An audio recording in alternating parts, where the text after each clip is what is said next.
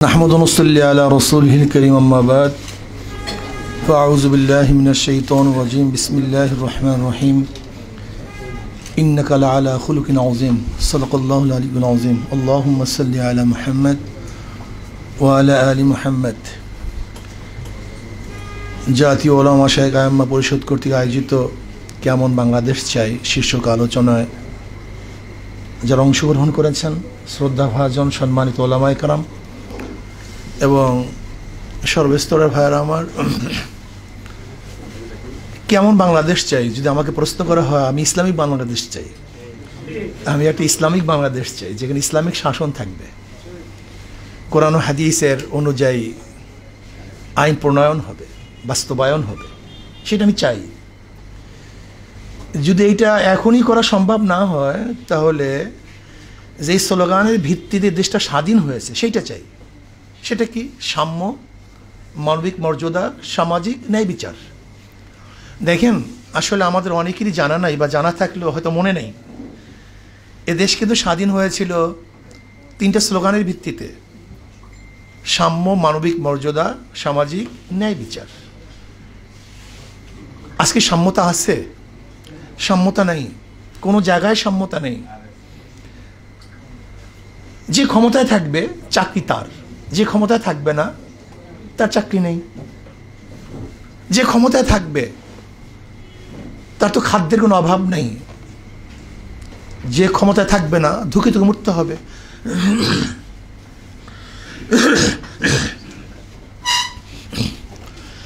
যে ক্ষমতায় থাকবে তার পিয়ন তো 400 কোটি টাকার মালিক হবে, আর যে ক্ষমতায় থাকবে না তাকে রাস্তায় ধুকে ধুকে মরতে হবে। এর নাম কি সাম্যতা? এটা আমরা চাই না, আমরা সাম্যতা চাই। সাম্য, সবাই সমান। বাংলাদেশের নাগরিক বলতে সবার অধিকার সমান, সবার অধিকার সমান। বাকশক্তির অধিকার সমান থাকবে, চাকরির অধিকার সমান থাকবে, বস্ত্রের অধিকার সমান থাকবে, শিক্ষার অধিকার সমান থাকবে, বাসস্থানের অধিকার সমান থাকবে, চিকিৎসার অধিকার সমান থাকবে। এটা আমরা চাই। মানবিক মর্যাদা। আজকে জানোয়ারকে শ্রদ্ধা সম্মান করি, কিন্তু আশরাফুল মাখলুকাত এই ইনসানকে আমরা শ্রদ্ধা সম্মান করি না। একজন মানুষ, সে কালো হোক, সুন্দর হোক, বংশীয় হোক, নন বংশীয় হোক, সে তো মানুষ, আশরাফুল মাখলুকাত। তাকে শ্রদ্ধা করা উচিত, সম্মান করা উচিত। কিন্তু না, আমরা কি দেখেছি? যারা জনগণের ভ্যাট এবং ট্যাক্সের পয়সায় চাকরি করেন, চাকরি, চাকুরগিরি, বুদ্ধিজীবী, আইনজীবী, আইন ব্যবসা করে যারা জীবিকা নির্বাহ করে তাকে বলা হয় আইনজীবী।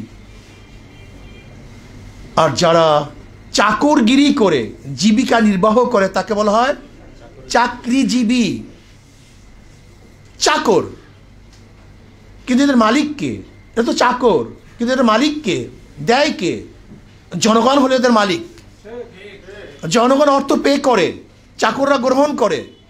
অথচ উল্টা হয়ে গেছে, চাকররা মালিক হয়ে গেছে এবং যারা মালিক তাদেরকে চাকর বানিয়ে দিয়েছে। এরকম বাংলাদেশ আমরা চাই না। মানবিক মর্যাদা চাই। যে যেখানেই বসবেন না কেন অবশ্যই অন্যকে সম্মান করতে হবে, শ্রদ্ধা করতে হবে, মহাব্বত করতে হবে। আমাদেরকে অবশ্যই মনে রাখতে হবে যারা সরকারি চাকুরিজীবী তারা এদেশের মানুষের খেদমতের জন্য, সাহায্য সহযোগিতার জন্য বসেছেন। আধিপত্য বিস্তার করার জন্য, জুলুম অত্যাচার করার জন্য সেখানে বসেন নেই। এর জন্য আমরা মানবিক মর্যাদা চাই, সামাজিক ন্যায় বিচার চাই। সামাজিক ন্যায় বিচার।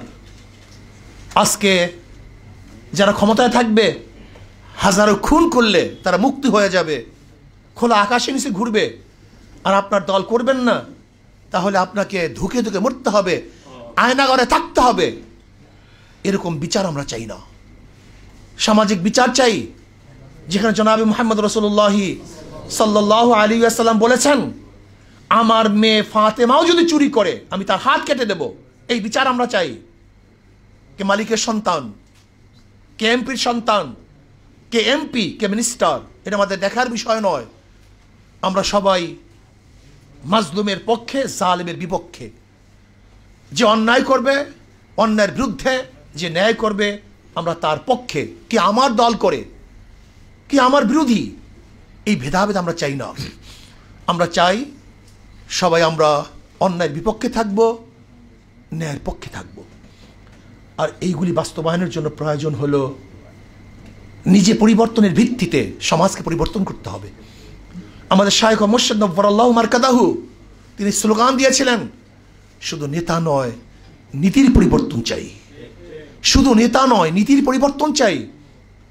স্পষ্ট বলবো, যদি ওসির চেয়ার পরিবর্তন হয় তার মাধ্যমে দুর্নীতি বন্ধ হবে না।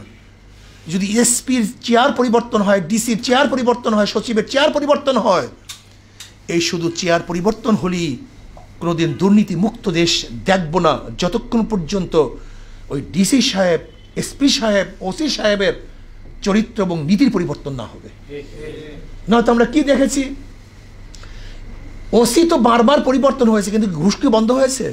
এর কারণটা কি? ওসি পরিবর্তন হয়েছে, ঘুষ বন্ধ না হওয়ার কারণটা কি? সবাই ঘুষখোর ওসি, বিদায় ঘুষ পরিবর্তন হয়নি, শুধু চেয়ার পরিবর্তন হয়েছে। বহুত সরকার আমরা দেখেছি কিন্তু দুর্নীতি কি বন্ধ হয়েছে? কারণটা কি? এক সরকার যাওয়ার পরে আর এক সরকার, সেও দুর্নীতিবাজ, এর জন্য দুর্নীতি বন্ধ হয়নি। আপনারা কি দেখেছেন 5ই আগস্ট নতুন স্বাধীনতা পাওয়ার পরে মাত্র 2-3 দিনের মধ্যে দেশের অবস্থা কি করেছে? কারা ঘর বাড়ি জ্বালিয়ে দিয়েছে, কারা চুরি করেছে, কারা ডাকাতি করেছে, কারা সমস্ত সম্পত্তি দখল করেছে, ঘাটগুলি দখল করেছে। যারা দখলদার, ডাকাত, লুটেরা, যারা আগুন দেয়, এদের মাধ্যমে দেশ কোনোদিন আদর্শবান নীতিবান হতে পারে না। এর জন্য আমরা চাই নীতির পরিবর্তন, শুধু নেতার পরিবর্তন নয়। সুন্দর একটা উদাহরণ দিতে চাই। এ বি সি, 3 জনের 3টা নাম। এ একজনের নাম, বি সি। এও চোর, বিও চোর, সিও চোর। ক্ষমতায় আসে এ, সে কি করবে? আবার আন্দোলন করো, সংগ্রাম করো, হটাও এ, রক্ত দাও, জীবন দাও, বসাও বি, সে কি করবে? হটাও বি। আন্দোলন করলাম, সংগ্রাম করলাম, রক্ত দিলাম, শহীদ হলাম, হটাও বি, চাই না বি, বসালাম সি, সে কি করবে? কারণটা কি? নেতার পরিবর্তন হয়েছে, নীতির পরিবর্তন হয়নি। দেশ স্বাধীন হওয়ার পর থেকে আজ পর্যন্ত এ বি সি যারাই ক্ষমতায় ছিল, শুধু মানুষের পরিবর্তন হয়েছে, নীতি ও আদর্শের পরিবর্তন হয়নি। কাজে নীতি ও আদর্শ পরিবর্তন না হওয়ার কারণেই সাম্য, মানবিক মর্যাদা এবং সামাজিক ন্যায় বিচার প্রতিষ্ঠিত করতে পারি নাই। কাজে আমরা চাই সাম্য, মানবিক মর্যাদা এবং সামাজিক ন্যায় বিচার প্রতিষ্ঠা করার জন্য কুয়ার মধ্যে ইঁদুর রেখে কুয়াকে পরিষ্কার করা যায় না। কুয়ার মধ্যে ময়লা রেখে, অপবিত্র জিনিস রেখে 1000 বার কুয়ার পানি সেচলেও কুয়া পরিষ্কার হবে না। এখন সবচেয়ে মনে রাখতে হবে, বাংলাদেশের সংবিধানের মধ্যে হলো ময়লা, সংবিধানের মধ্যে আবর্জনা। এই সংবিধান পরিবর্তন করার আগ পর্যন্ত কোনোদিন নীতি ও আদর্শ পরিবর্তন হবে না। এর জন্য আসুন আমরা সাম্য, মানবিক মর্যাদা এবং সামাজিক ন্যায় বিচার একটা আদর্শবান রাষ্ট্র চাই। এর জন্য নিজেকে করতে হবে, নিজেকে পরিবর্তন করতে হবে। আর শ্রদ্ধাভাজন ওলামাই কেরাম গিয়ে বলবো, শ্রদ্ধাভাজন ওলামাই কেরাম, আমি 5ই আগস্টের এই আন্দোলনের আগে একটা বক্তৃতা দিয়েছিলাম, যদি এই আন্দোলনে আপনারা সম্পৃক্ত না থাকেন তাহলে ইতিহাস থেকে আপনারা আবার বিচ্ছিন্ন হয়ে যাবেন। আমাদের সম্মানিত ওলামায়ে কেরামের সবচেয়ে বড় সমস্যা হলো এই, তারা সময় বুঝে কাজ করতে পারে না, সময় বুঝে কাজ করতে পারে না, কখন কোন কাজ করতে হবে। আল্লাহ না করুক যদি এই আন্দোলনে আমরা সশরীরে উপস্থিত না হতাম, আমরা সক্রিয় ভূমিকা না রাখতাম, তাহলে আবারও ইতিহাস থেকে আস্থা করে আমরা নিক্ষেপিত হতাম। এটা বুঝতে হবে। এর জন্য ওলামায়ে কেরামকে বলবো, কলবকে স্বচ্ছ করি, আর যে কাজ করব সেই কাজ যেন মানুষের কল্যাণের জন্য হয়, নিজের কল্যাণের জন্য না হয়। স্পষ্ট থাকা চাই। সব কিছু স্পষ্ট থাকা চাই। হেফাজত, এটিকে রাজনৈতিক দল না অরাজনৈতিক দল আমরা বুঝতে পারছি না। আমি হেফাজতের দায়িত্বশীলকে বলবো, আপনারা অবশ্যই হেফাজতকে রাজনৈতিক দল হিসাবে স্বীকৃতি দেন, ঘোষণা দেন, তাহলে আমরা মনে করবো এটা রাজনৈতিক দল।